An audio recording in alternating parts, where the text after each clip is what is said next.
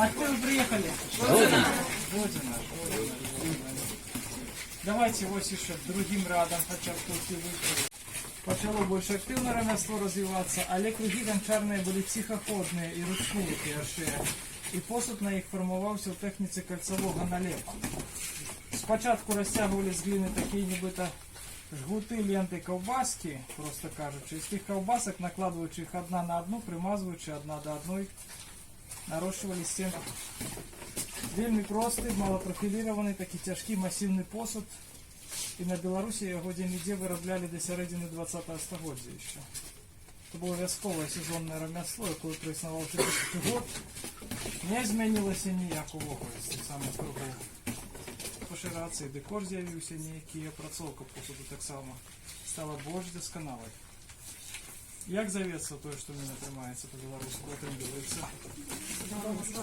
Звонок. Хай буде звонок. Ой. Не можу, конечно, за це слойки ще зробити, але не намагаюся. Ну ось.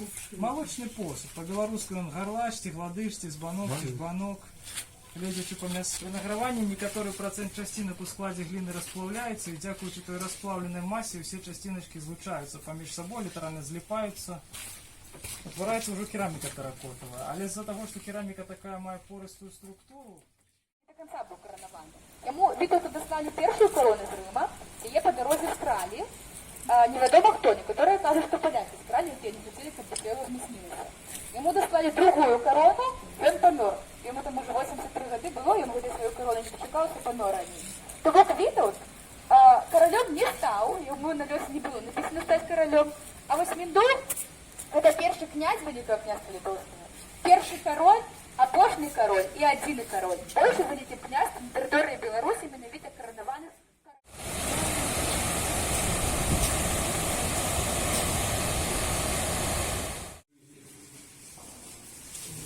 Это был католический монашеский орден. Ён створився в 1536 году в Італії. Спочатку він було аж до 4 чоловіки. Але гадов про 70-80 уже у початку 17 століття. Він було більше 130 тисяч членів. Основною метрикою ордену його з реформаторством, якою тоді відбувалося в царстві. І у якості методу боротьби вони вибрали адукацію. Монахи-жуїти, вони зробили в свій час справжню революцію в едукації.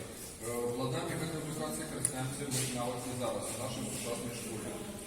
Ну, в деякий час як будувалася учоба? Бушні зазубрювали матеріали від літерки до бушні і кропашки.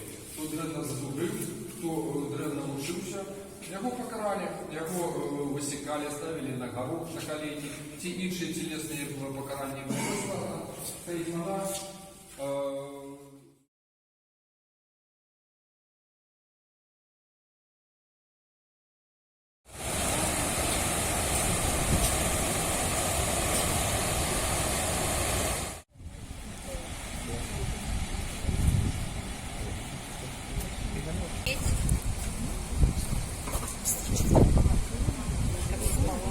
Увага!